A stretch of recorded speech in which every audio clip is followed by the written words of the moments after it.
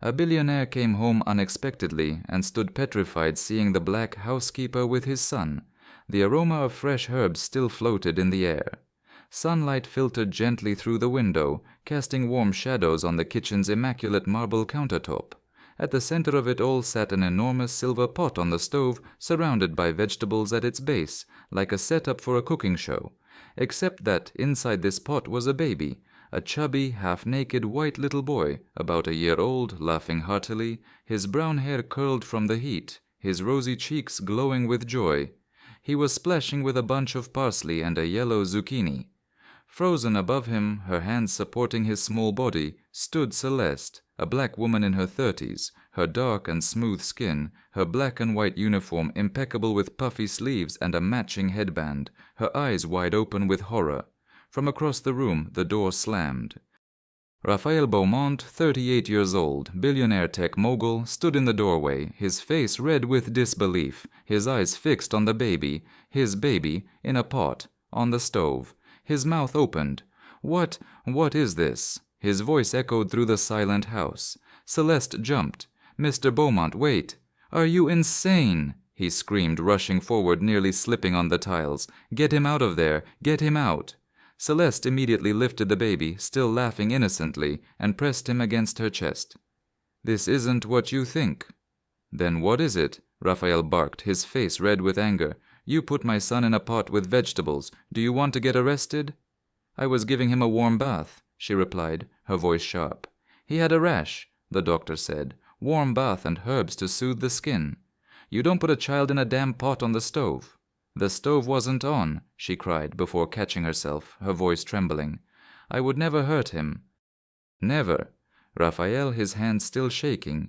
And the tomatoes, zucchini, parsley. Do you know what kind of image that gives?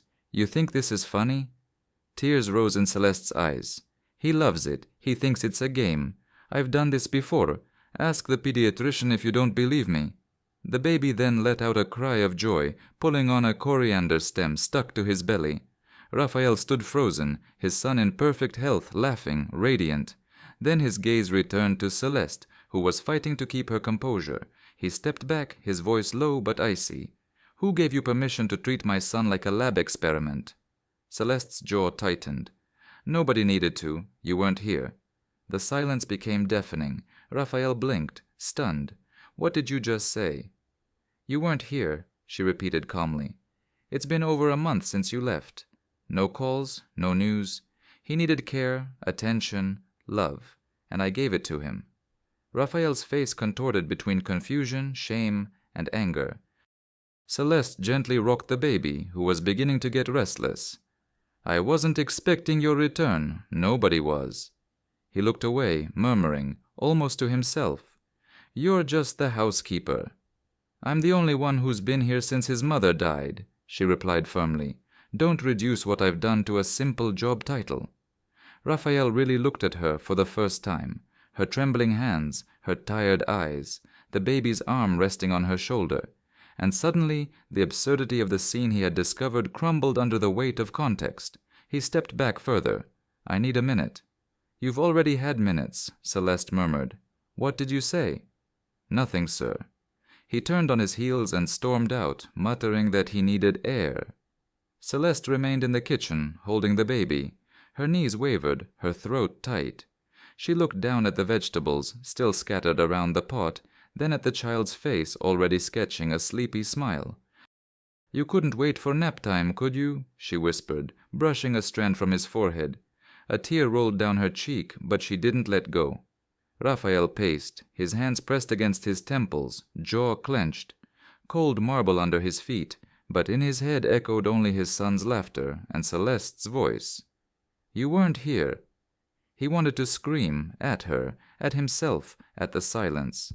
Instead, he collapsed in a leather chair, staring blankly.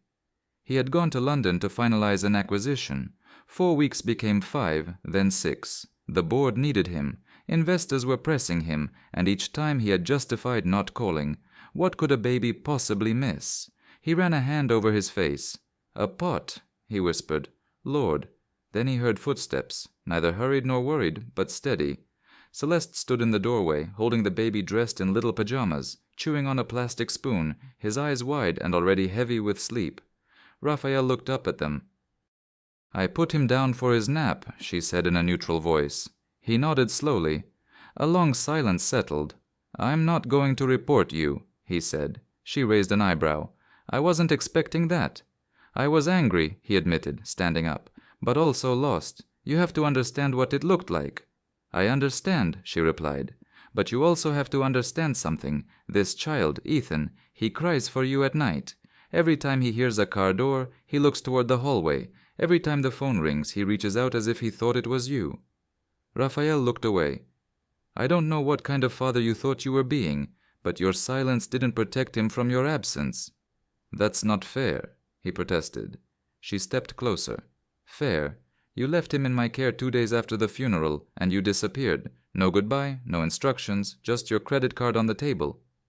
Raphael's chest rose. "I didn't know how to face him after Amy." "Neither did I," Celeste cut him off, her voice trembling. "She was my friend too, and yet I stayed." He looked down. "You're right." "You're right," he repeated more firmly. "I ran away. I told myself work needed me. In truth, I couldn't look at Ethan without seeing his mother. I didn't know how to hold a baby without being afraid of dropping him." Her lips parted. "I came back today because I missed him. I thought I was ready." "Then be ready," Celeste said, crossing her arms. "He needs you." Raphael approached the window, observing the perfectly trimmed hedges, his reflection barely visible in the glass. "I thought with money I could buy time, help, forgiveness." She remained silent. But coming home today and seeing him happy, safe, even if it seemed crazy, I understood I had missed everything that matters. He turned around. "How do I fix this?" "You don't fix babies, Mr. Beaumont. You're there for them." He nodded gently. "I want to be present now. I mean it.